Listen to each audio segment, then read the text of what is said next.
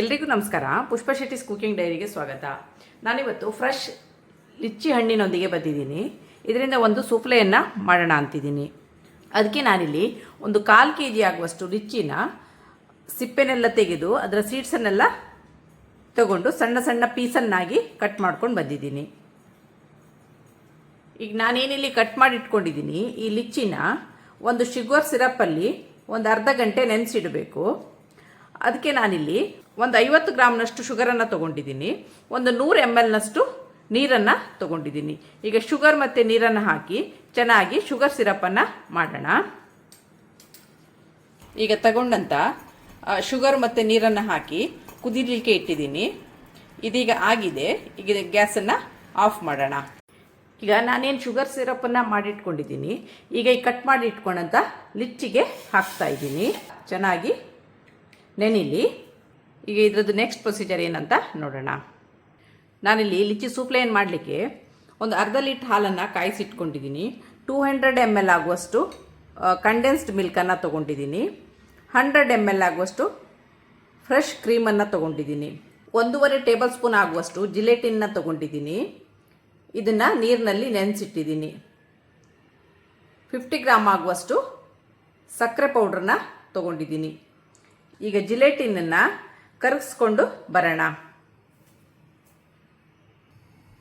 ಇಲ್ಲಿ ನಾನು ಒಂದು ಬಾಣಲೆಯಲ್ಲಿ ನೀರನ್ನು ಹಾಕಿ ಅದರ ಮೇಲೆ ಒಂದು ಹೋಲಿರುವಂಥ ತಟ್ಟೆಯನ್ನು ಇಟ್ಟು ಈಗ ಅದರ ಮೇಲೆ ಒಂದು ಪಾತ್ರವನ್ನು ಇಟ್ಟಿದ್ದೀನಿ. ಈ ಪಾತ್ರಕ್ಕೆ ನೆನೆಸಿಟ್ಕೊಂಡಂಥ ಜಿಲೇಟನ್ನು ಹಾಕ್ತಾ ಇದ್ದೀನಿ. ಈಗ ಇದು ಚೆನ್ನಾಗಿ ಕರಗಲಿ. ಈಗ ಗ್ಯಾಸ್ ಆಫ್ ಮಾಡೋಣ. ಇದು ಆಗಿದೆ. ಈಗ ನೆಕ್ಸ್ಟ್ ಪ್ರೊಸೀಜರ್ ಏನಂತ ನೋಡೋಣ. ಈಗ ನಾನಿಲ್ಲಿ ಮಿಕ್ಸಿ ಜಾರನ್ನು ತೊಗೊಂಡಿದ್ದೀನಿ.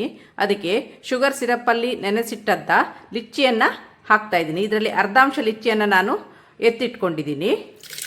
ಈಗ ಉಳಿದ ಲಿಚ್ಚಿಯನ್ನು ಶುಗರ್ ಸಿರಪ್ ಸಮೇತವಾಗಿ ಹಾಕ್ತಾಯಿದ್ದೀನಿ.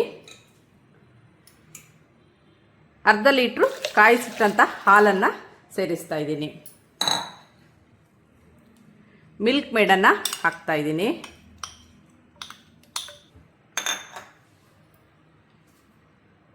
ಸ್ವಲ್ಪ ಶುಗರ್ ಪೌಡ್ರನ್ನ ಹಾಕ್ತಾಯಿದ್ದೀನಿ. ಸಕ್ಕರೆ ನೋಡಿಕೊಂಡು ಹಾಕಿ. ನಾನಿಲ್ಲಿ ಒಂದು 50 ಗ್ರಾಮ್ನಷ್ಟು ಶುಗರ್ ಪೌಡ್ರನ್ನ ಹಾಕ್ತಾಯಿದ್ದೀನಿ. ಫ್ರೆಶ್ ಕ್ರೀಮನ್ನು ಏನು ತೊಗೊಂಡಿದ್ದೀನಿ ಅದನ್ನು ಸಹ ಇದಕ್ಕೆ ಸೇರಿಸ್ತಾ ಇದ್ದೀನಿ.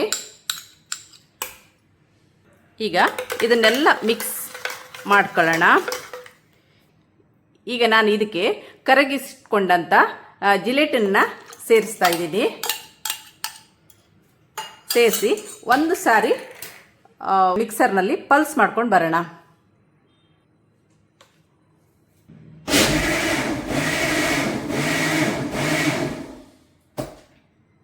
ಇಲ್ಲಿ ನಾನು ಒಂದು 4 ಮಾರಿ ಬಿಸ್ಕೆಟನ್ನು ಪೌಡ್ರ್ ಮಾಡಿ ಇಟ್ಕೊಂಡಿದ್ದೀನಿ. ಈಗ ಇದನ್ನು ಬೇಸಿಗೆ ಹಾಕ್ತಾ ಇದ್ದೀನಿ.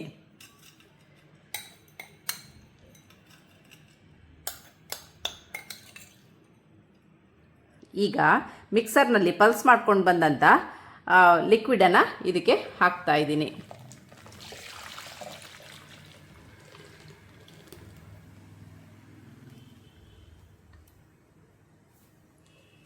ಈಗ ಸ್ವಲ್ಪ ಲಿಚ್ಚಿನ ನಾನೇನು ಎತ್ತಿಟ್ಕೊಂಡಿದ್ದೀನಿ. ಈಗ ಈ ಲಿಚ್ಚಿನ ಮೇಲ್ಗಡೆ ಉದುರಿಸ್ತಾ ಇದ್ದೀನಿ. ಈಗ ಇದನ್ನು ಒಂದು 3 ಗಂಟೆಗಳ ಕಾಲ ಕಿಚನ್ ಫಾಯಿಲ್ ಮುಚ್ಚಿ ಈಗ ಇದನ್ನ ಫ್ರೀಝರಲ್ಲಿ ಒಂದು 3 ಗಂಟೆಗಳ ಕಾಲ ಸೆಟ್ ಆಗೋಕ್ಕೆ ಬಿಡೋಣ. ಈಗ ಇದು ಫ್ರೀಝರ್ನಲ್ಲಿಟ್ಟು 3-4 ಗಂಟೆಗಳ ಕಾಲ ಆಗಿದೆ. ಈಗ ಇದನ್ನು ಸರ್ವ್ ಮಾಡೋಣ. ಈಗ ಡೆಕೋರೇಷನಿಗೆ ಸ್ವಲ್ಪ ಪಿಸ್ತವನ್ನು ಹಾಕ್ತಾ ಇದ್ದೀನಿ. ಇದು ಆಪ್ಷನಲ್ಲು, ಬೇಕಾದರೆ ಹಾಕ್ಬೋದು, ಬೇಡದಿದ್ದರೆ ಬಿಡ್ಬೋದು. ಈಗ ಇದು ಆಗಿದೆ. ಈಗ ಇದನ್ನು ಸರ್ವ್ ಮಾಡೋಣ.